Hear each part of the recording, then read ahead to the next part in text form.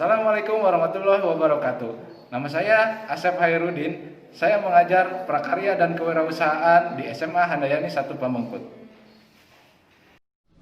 Ketersediaan sumber daya dalam kegiatan wirausaha.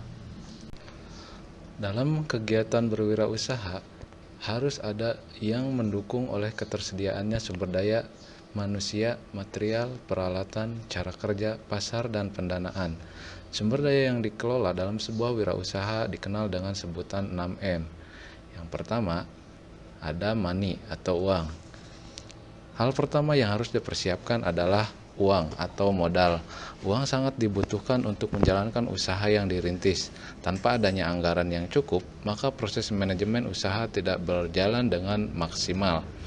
Jika anggaran uang tidak mencukupi, maka kegiatan usaha tidak bisa berjalan atau tersendat dan menimbulkan masalah di tengah jalan. Pada dasarnya, perusahaan hanya akan bangkrut ketika mereka sudah kehabisan uang di bank. Lalu yang kedua ada man atau manusia. Selanjutnya, untuk dapat menjalankan manajemen dengan baik, harus sangat memperhatikan sumber daya manusianya.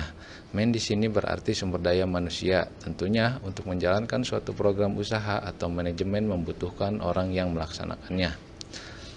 Lalu yang ketiga ada mesin atau mesin. Mesin sangat penting untuk menjalankan kegiatan usaha. Dengan adanya bantuan mesin, pekerjaan yang sulit dapat dikerjakan dengan lebih mudah dan menghemat waktu produksi. Seiring dengan perkembangan teknologi, sudah banyak mesin yang modern dan disesuaikan dengan kegiatan produksi yang dibutuhkan. Lalu selanjutnya ada material atau bahan. Material atau bahan produksi yang dibutuhkan untuk membuat suatu produk tentunya membutuhkan bahan baku. Material atau bahan baku yang dibutuhkan juga harus diperhatikan. Bahan baku yang berkualitas dapat menghasilkan produk yang juga berkualitas.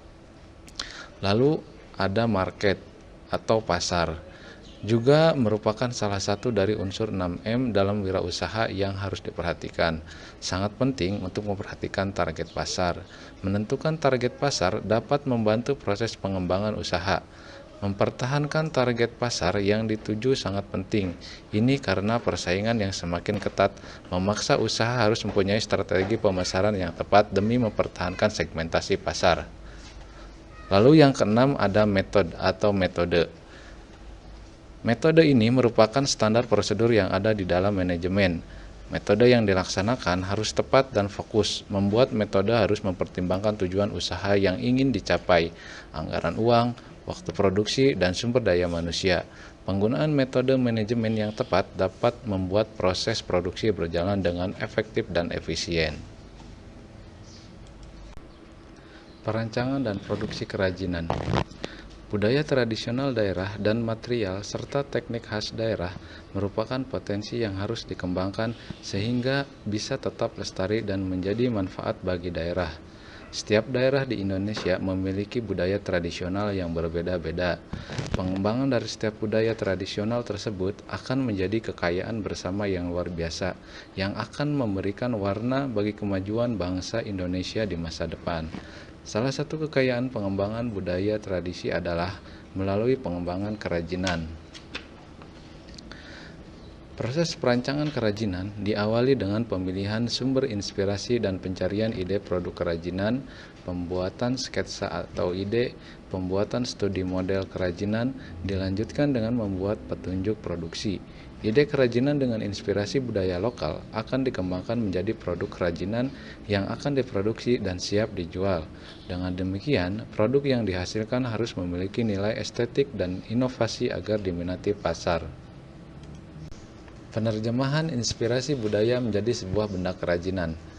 Perancangan kerajinan dengan inspirasi budaya non-benda akan menerjemahkan sesuatu yang abstrak atau tak benda menjadi benda atau berwujud. Misalnya, inspirasi diambil dari sebuah cerita rakyat tak berbenda menjadi sebuah diorama mini yang menggambarkan salah satu adegan dalam cerita rakyat tersebut. Contoh lain adalah mengambil inspirasi dari kepercayaan atau simbolis tak berbenda, burung enggang untuk dibuat menjadi ide untuk tekstil atau busana atau benda. Tahapan penerjemahan meliputi pemahaman terhadap makna simbol, mencari kata kunci yang dapat menjadi dasar dari pengembangan ide produk, mencari ide fungsi dan bentuk kerajinan, yang sehingga menghasilkan suatu benda atau produk kerajinan tekstil bermotif burung enggang. Proses perancangan kerajinan. Yang pertama, yang harus dilakukan adalah melakukan pencarian ide produk. Ide bisa muncul secara tidak berurutan dan tidak lengkap, tetapi dapat juga muncul secara utuh. Salah satu dari kita bisa menjadi memiliki ide tentang suatu bentuk unik yang akan dibuat. Ide bentuk tersebut akan menuntut kita untuk memikirkan teknik apa yang tepat yang digunakan dan produk apa yang tepat untuk bentuk tersebut.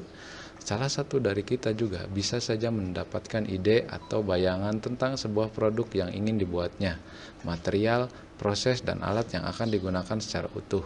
Untuk memudahkan pencarian ide atau gagasan untuk rancangan kerajinan dengan inspirasi budaya non-benda. Yang kedua yaitu membuat gambar atau sketsa. Ide-ide produk, rencana, atau rancangan dari produk kerajinan digambarkan atau dibuatkan sketsanya agar ide yang abstrak menjadi berwujud. Ide-ide rancangan dapat digambarkan pada sebuah buku atau lembaran kertas dengan menggunakan pensil, spidol, atau ballpoint dan sebaiknya hindari penggunaan penghapus. Lalu yang ketiga ada pilih ide terbaik. Setelah kamu menghasilkan banyak ide dan menggambarkannya dengan sketsa, mulailah pertimbangkan ide-ide tersebut, mana ide yang paling baik dan mana yang menyenangkan serta memungkinkan untuk dibuat. Yang keempat ada prototyping atau membuat studi model. Sketsa ide yang dibuat pada tahap-tahap sebelumnya adalah format 2 dimensi, artinya hanya digambarkan pada bidang datar. Kerajinan yang akan dibuat berbentuk 3 dimensi, maka studi bentuk selanjutnya dilakukan dalam format 3 dimensi, yaitu dengan studi model. Studi model dapat dilakukan dengan material sebenarnya maupun bukan material sebenarnya. Lalu yang kelima ada perencanaan produksi. Tahap selanjutnya adalah membuat perencanaan untuk proses produksi atau tahap proses pembuatan kerajinan tersebut. Prosedur dan langkah-langkah kerja dituliskan secara jelas dan detail agar pelaksanaan produksi dapat dilakukan dengan mudah dan terencana. Setelah perancangan produksi, tahapan berikutnya yaitu tahapan produksi. Tahapan produksi secara umum terbagi atas yang pertama ada pembahanan. Tahap pembahanan adalah mempersiapkan bahan baku agar siap diproduksi. Bahan yang digunakan dalam pembuatan kerajinan sangat beragam. Pada limbah berbahan alami, proses pembahanan penting untuk menghasilkan produk yang awet, tidak mudah rusak karena faktor cuaca dan mikroorganisme. Misalnya saja, proses pembahanan pada limbah kulit jagung dilakukan produk hiasan yang dihasilkan awet dan tahan dari mikroorganisme. Yang kedua ada tahap pembentukan. Pembentukan bahan baku bergantung pada jenis material, bentuk dasar material, dan bentuk produk yang akan dibuat. Secara umum, material padat dapat dikelompokkan menjadi material solid dan tidak solid atau lembaran dan serat. Material solid seperti logam, kaca, plastik, atau kayu dapat dibentuk dengan cara dipotong, dipahat sesuai dengan bentuk yang diinginkan. Material solid juga dapat disusun dan direkatkan dengan bantuan lem. Lalu material berupa lembaran atau serat dapat dibentuk dengan cara digunting sesuai bentuk yang diinginkan, dianyam atau dirangkai, dan direkatkan dengan bantuan lem. Tahapan berikutnya yaitu perakitan. Perakitan adalah proses penggabungan dari beberapa bagian komponen untuk membentuk suatu konstruksi kerajinan hiasan yang diinginkan. Perakitan dilakukan apabila produk hiasan yang dibuat terdiri atas beberapa bagian. Setiap jenis bahan mempunyai sifat-sifat khusus dari bahan lainnya, sehingga sewaktu-waktu dilakukan perakitan jenis bahan sebelumnya harus diketahui sifat-sifatnya terlebih dahulu. Sebab dengan diketahuinya sifat-sifat bahan tersebut akan sangat berpengaruh terhadap pemilihan metode perakitan. Perakitan dapat memanfaatkan bahan pendukung seperti lem, paku, benang, tali, atau teknik sambungan tertentu lainnya. Lalu tahapan terakhirnya yaitu finishing.